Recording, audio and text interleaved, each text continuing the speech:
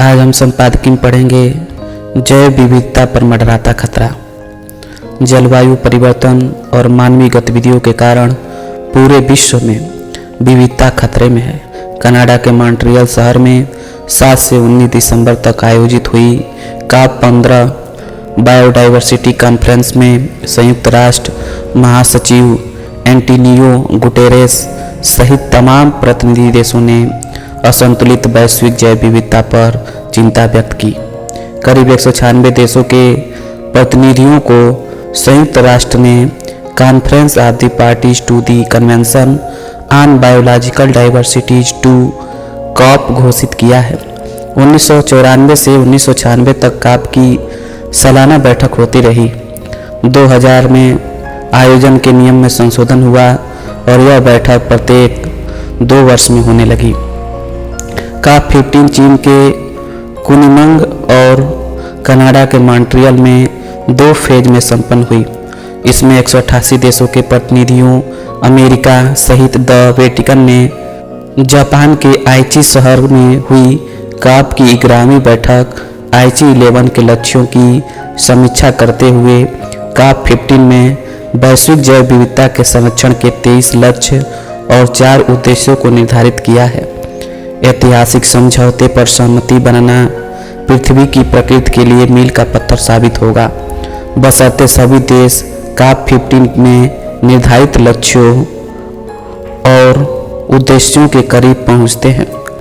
वैश्विक जैव विविधता के मुद्दे पर पीछे मुड़कर देखें तो संयुक्त राष्ट्र के वैश्विक मंच पर 1992 में रियो डी जेनेरियो में संपन्न अर्थ समिट में वैश्विक जैव विविधता संरक्षण पर पहली बार चिंता जताई गई। फिर दिसंबर 1993 में convention of biological diversities CBD की अंतर्राष्ट्रीय संधि पर विश्व के प्रतिनिधि देशों ने हस्ताक्षर कर इसे लागू किया।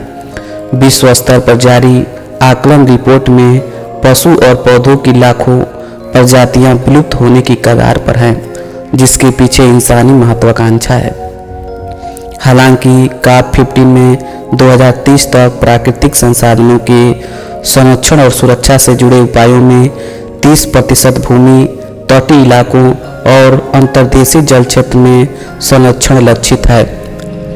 महत्वपूर्ण है कि वैश्विक जैव विविधता पर मंडराते खतरे से निपटने के लिए 2010 में आइची 11 में लगभग 200 देशों ने 2020 तक अपने स्तरीय क्षेत्र में कम से कम 11% जमीनी और 10% समुद्री हिस्से को संरक्षित करने का संकल्प लिया था, लेकिन 2020 तक इस लक्ष्य तक विश्व के काफ़ी देश नहीं पहुंच सके हैं।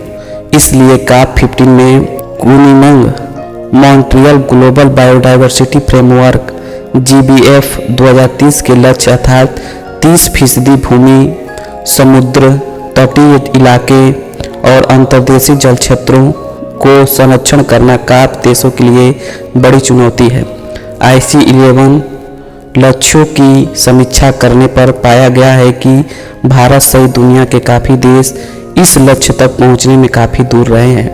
भारत में 6% संरक्षित क्षेत्र ही घोषित है और 2010 से पिछले 10 वर्षों में भारत मात्र 0.1% संरक्षित क्षेत्र ही बढ़ा पाया है।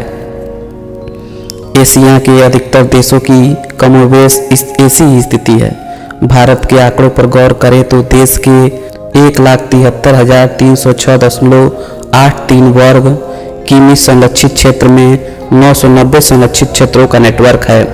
इसमें 106 राष्ट्रीय उद्यान, 565 वन्य जीव अभयारण्य, 100 संरक्षण रिजर्व और 219 सामुदायिक रिजर्व शामिल है।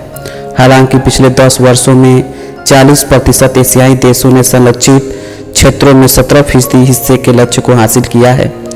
इनमें भूटान, नेपाल, जापान, कतर, दक्षिण कोरिया जैसे देशों ने संरक्षित क्षेत्र बढ़ाने में महती कामयाबी पाई है।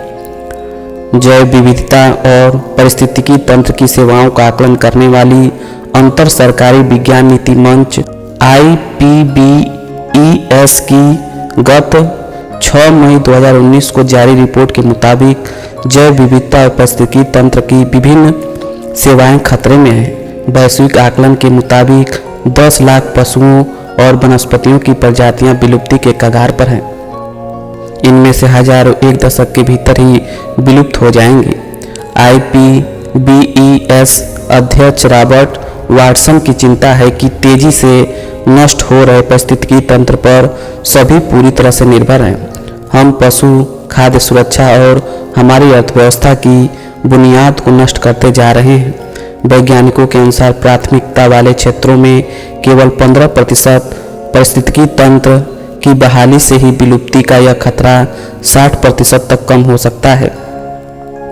गौरव की बात है कि संयुक्त राष्ट्र ने भारत की पवित्र गंगा नदी को फिर से जीवंत करने की पहल पर काम करने के लिए नमामि गंगे की सराहना करते हुए उसे प्राकृतिक जगत को पुनर्जीवित करने पर केंद्रित 10 अग्रणी प्रयासों में स्थान दिया है।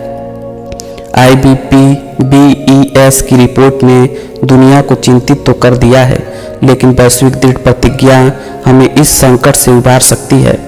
ग्रह और मानवता को बचाने के लिए तत्काल एक साथ आना होगा। विकसित देशों के विकासशील और गरीब देशों को आर्थिक और तकनीकी सहयोग देकर वैश्विक बायोडायवर्सिटी असंतुलन के संकट से उबरने में आगे आकर बड़े सहयोग की आवश्यकता है। तभी 2030 तक 30% भूमि और समुद्र के संरक्षण के लक्ष्य को पाने में आसानी होगी।